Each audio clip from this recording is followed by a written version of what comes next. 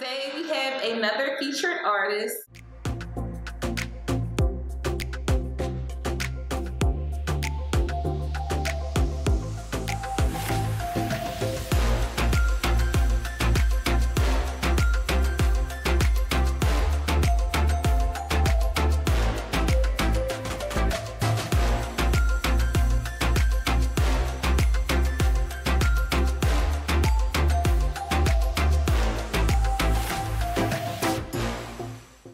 Hey guys, welcome back to Do It Yourself Sis. I'm Monet. I'm Yama. So today we have another featured artist. His name is Samuel Rodriguez. He started a nonprofit during the pandemic and social uprisings. And he's going to explain a little bit about how he started his nonprofit. So Sam was so gracious to let us come and interview him. His office is located at the Cherry Street Pier, Studio 8. And he's currently still doing social justice work even after the protests have subsided. And we will also be talking to one of our featured artists on here as well. Her name is Becky McIntyre, and she started off with Walls for Justice as a volunteer. So guys, without any further ado, let's meet our artist. So Sam, for the Walls for Justice project, was it originally more about the need in the community? The uninviting feeling that I would get from just watching everything just be boarded up. Something inside me wanted to do something about it. The boarded up boards were a canvas. I imagined creating artwork that would appeal to the social justice movement. I wanted to protest with a paintbrush, which now became our tagline. Walls for Justice became hope, hope for our communities, hope for our businesses, and hope for our city.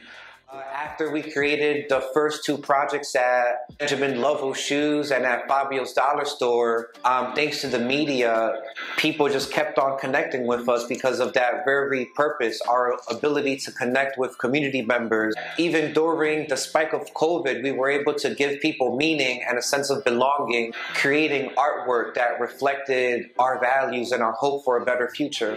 So you did mention all the community outreach that you guys were doing and having the volunteers come in. What did that design process look like? We work with local artists to create the art. Some local artists may have different backgrounds, fine arts painting, lino cut artists. So we're able to work with different artists and take their style, their interpretation of issues that spark social consciousness or issues that are directly, based on social issues. And we're able to create the artwork in a large scale and also break it down to where community members can come and help. The artwork is mostly broken down to like paint by number, where people can feel good about filling in the color. There's no messing up. What's beautiful about a lot of our paint days is a group of diverse people that join us. And many times when I've stepped back, I've seen children, adults, older adults, people with accessibility issues, all together in the same table, unified by art and the social justice issue that they want to create change for. When you look at our art, it's very direct with its messaging because it's not open to interpretation. We're very quote specific, where we highlight different Black and brown artists and leaders will use their quotes to illustrate what it means. We've done many projects, whereas 8th grade students recently wrote their principal that they wanted to beautify their school bathrooms. A community investment group that was working with the school contacted us, and they knew we were the right fit for the job because of the previous work we've been doing with other schools. So we worked with the students. We created arts and activism and design thinking workshops where we got the feedback from the students. I hired a local artist to come and help design the students' vision, and the students themselves took ownership and painted the bathrooms, re-beautified their space with their teachers and the staff. So that's just one example of some of the amazing projects that we get called to do. And, we're open. to work with our community. It kind of went full circle for y'all. Y'all was going out knocking on people's doors, asking, can we paint? And now y'all had people coming to y'all and basically being like, come work with us, come work with us. We want y'all to come paint something, you know? That is very true. I owe it all to, you know, being different.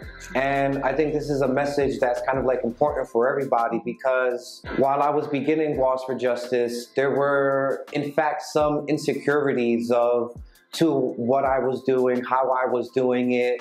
When you remove all that and work with your authentic self and worry about the good that you're doing, everything just falls into place. Yeah, like you mentioned, we were before knocking on doors, asking for help, and now people are coming to us because they know the work that we do and engaging community members through the arts. It's something that's very valuable, not only for society, but for our hearts and our mind.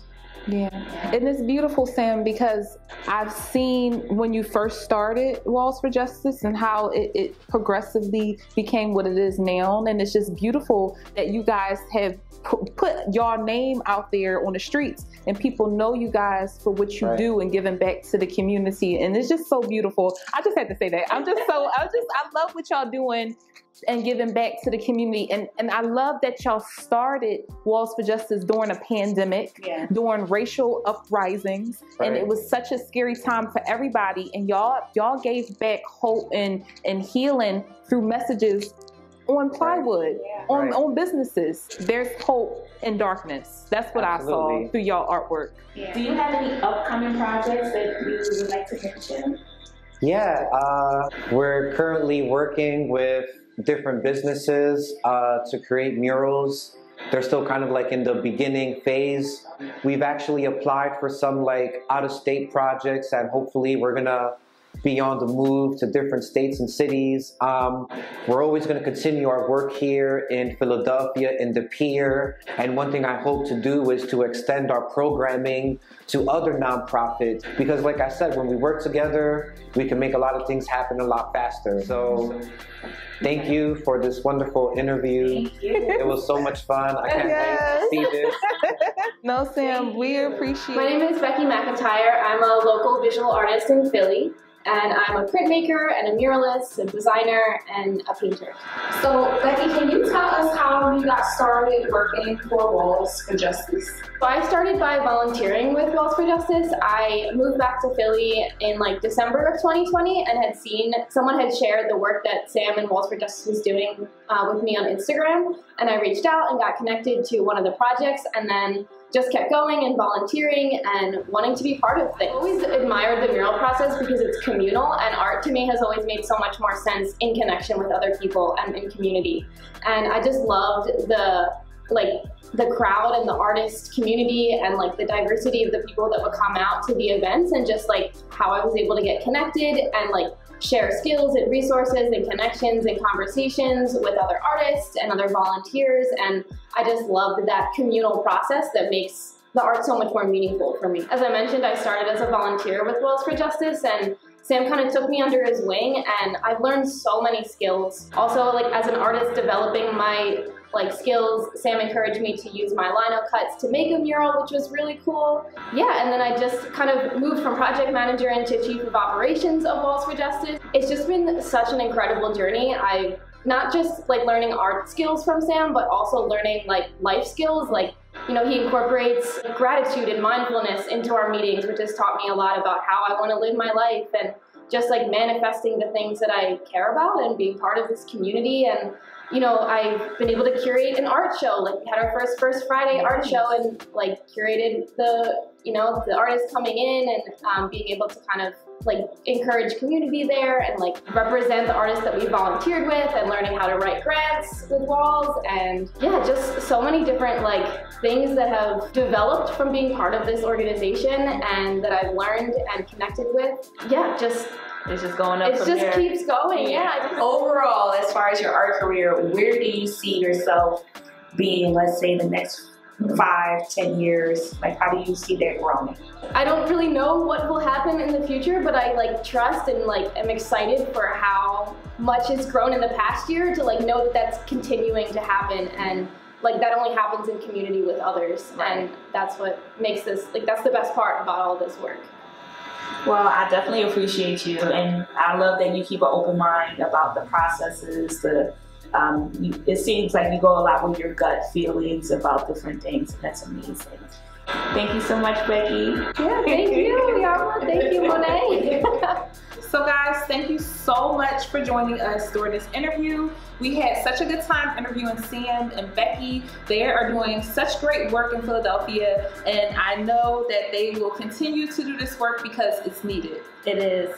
And we just learned so much about this social justice initiative.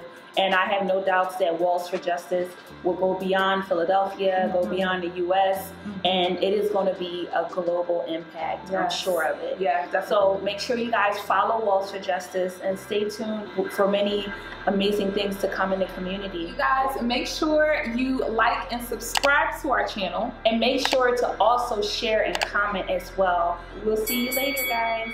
Bye. Bye.